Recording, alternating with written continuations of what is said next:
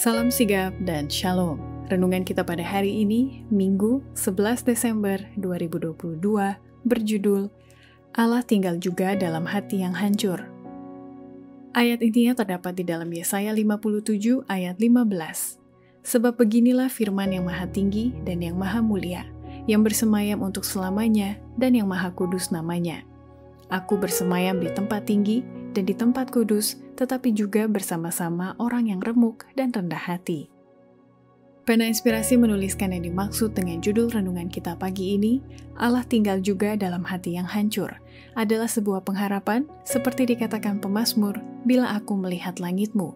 Dan makanya mulai kini, kita harus senantiasa datang menghampiri tahta kasih karunia Allah dan mengalami kasih-Nya yang tiada bandingnya itu adalah sebagai berikut. Pertama, alasan tulisan Nabi Yesaya yang mengatakan Allah tinggal juga dalam hati yang hancur, persyaratannya adalah bila mana setiap orang percaya memiliki hati yang telah disucikan melalui tinggalnya Roh Kudus, maka sesudah itu barulah segalanya bisa diubahkannya. Tetapi kepada hati yang telah disucikan melalui tinggalnya Roh Kudus, segalanya berubah. Ini dapat mengenal Allah.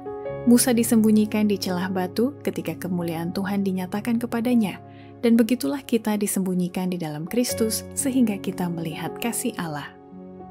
Kedua, alasan tulisan Nabi Yesaya yang mengatakan Allah tinggal juga dalam hati yang hancur, karena memang Allah sendiri yang tidak mau membiarkan orang-orang yang dikasihinya tetap ditekan oleh duka cita yang dungu dengan hati yang luka dan kecewa.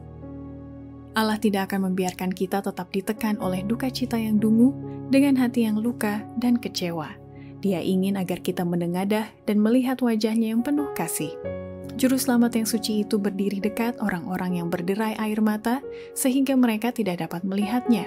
Dia rindu untuk menjabat tangan kita supaya melihat-Nya dengan iman yang tulus, mengizinkan-Nya untuk membimbing kita. Hatinya terbuka terhadap kesedihan, duka cita kita dengan kasih abadi, dan dengan kebaikan yang penuh kasih yang selalu menyertai kita.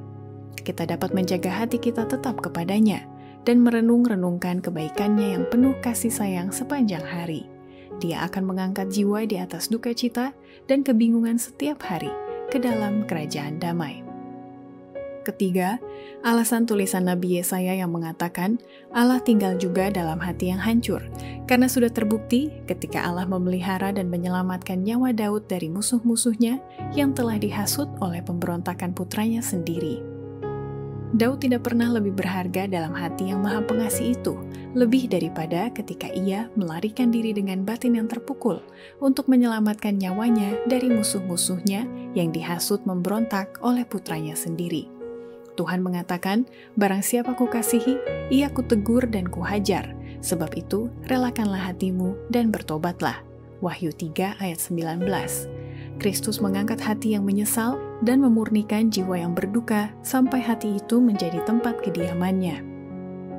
Keempat, alasan tulisan Nabi Yesaya yang mengatakan Allah tinggal juga dalam hati yang hancur, selama orang itu mau berdamai dengan Allah oleh kasih karunia Kristus yang diterima dalam hatinya, dan tidak ada rasa dengki atau kebencian dengan sesama manusia, sehingga kita tidak bisa dibuat sengsara oleh kuasa roh kedamaian itu.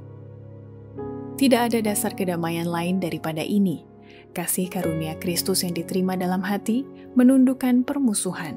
Itu menghilangkan perselisihan dan memenuhi jiwa dengan kasih.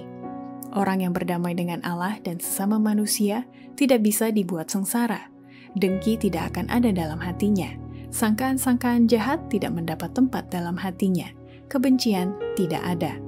Hati yang sesuai dengan Allah memperoleh damai surga dan akan menyebarkan pengaruhnya yang menyenangkan di sekitarnya.